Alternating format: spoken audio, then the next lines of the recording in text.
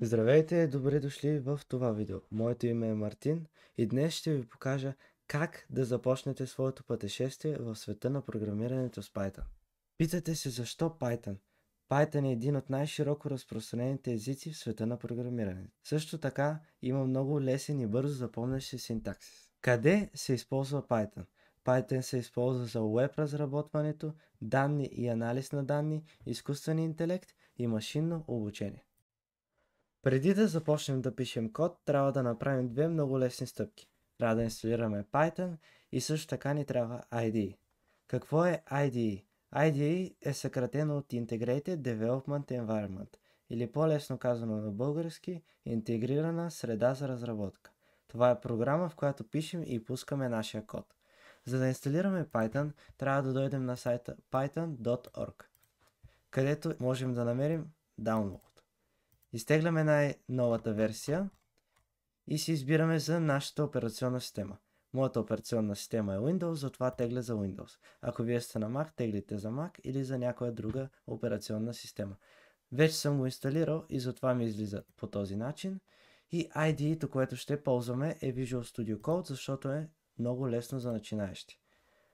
Влизате на сайта code.visualstudio.com и теглите за вашата операционна система. То по принцип би трябвало да я разпознае. Ето на мен ми дава за Windows. Понеже аз вече имам, няма как да ви вкарам в процеса на инсталирането, но той е много лесен и мисля, че ще се справите. След като сме изтеглили Python и нашото IDE Visual Studio Code, можем да отидем на десктопа и да си направим една нова папка, в която ще съхраняваме нашите файлове. Аз ще я кръстя Python, вие както искате. След като създадем тази папка си, отваряме Visual Studio Code. Но преди да отворим папката, ще трябва да изтеглим два екстеншъна. Един от тях е Code Runner. Ето го, .run. И Python също ни трябва. Пишем Python. И ето го. Ето ги тези всичките. Те в принцип вървят в комплект, тъй че най-вероятно когато инсталирате Python, ще имате тези четирите. И след като имате вече инсталирани тези двете, след като натиснете тук, ще ви излезе Open Folder. Натискаме Open Folder и търсим нашия файл. Аз сега ще го намеря. Ето моята папка, която създадах преди малко. И отваряме тази папка.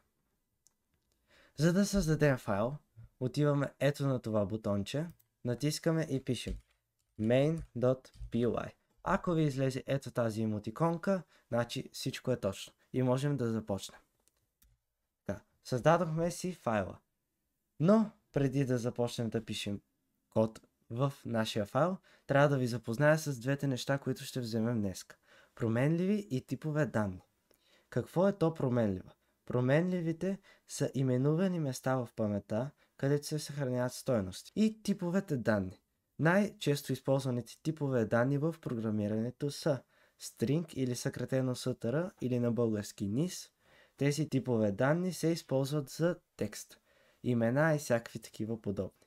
Int се използва за цели числа, float се използва за дробни числа, Boolean, когато искаме да въведем стойност като true или false.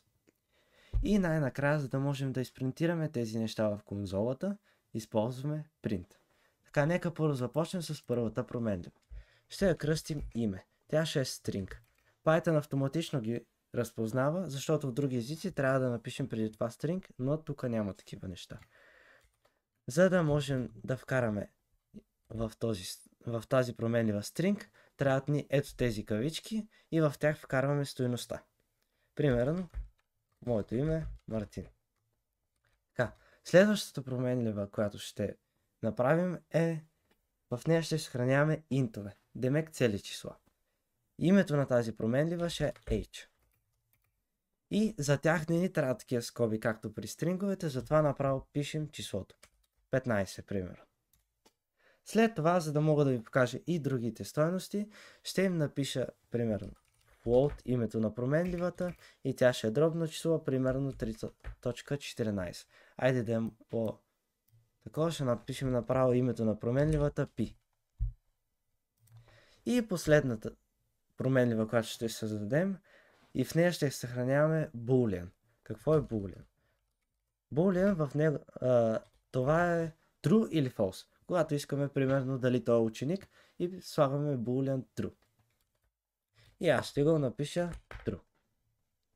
И сега как да изпринтираме някои от тези променливи и стойността в нея. Използваме print. И за да можем да изпринтираме променливата, трябва да напишем нейното име вътре в скобичките на print. Name. След като запазим файла с Ctrl-S или ето от тук, Save, пускаме Python файл и какво излиза? Мартин. Точно това, което трябва. Ако искаме да отпечатаме две променливи, използваме запетайка. Запетайка и примерно H. Запазваме файла отново и тръга. Пускаме файла и ето, Мартин 15. Нека направим с текст print. Там в скобичките въвеждаме name и за да можем да го добавим, променливата name да може да излезе и Мартин с плюсчето и името на променливата. Така, запазваме файла, пускаме кода и ето го. Понеже не съм махнал горния принт, ще излезат и двата принта и един по друг. Отгоре имаме Мартин 15 и име Мартин. И така, това беше главното за променливите и типове данни. Това е как се използват и как се принтират, за да можем да ги видим в конзолата. На екрана ви в момента ще излезат няколко задачи, които можете да използвате и да тренирате в къщи с тях, за да може напълно да усвоите материала за променливи типове данни и принт. Благодаря ви, че гледахте това видео. Ако ви е било от полза, ударете един палец нагоре и до нови срещи!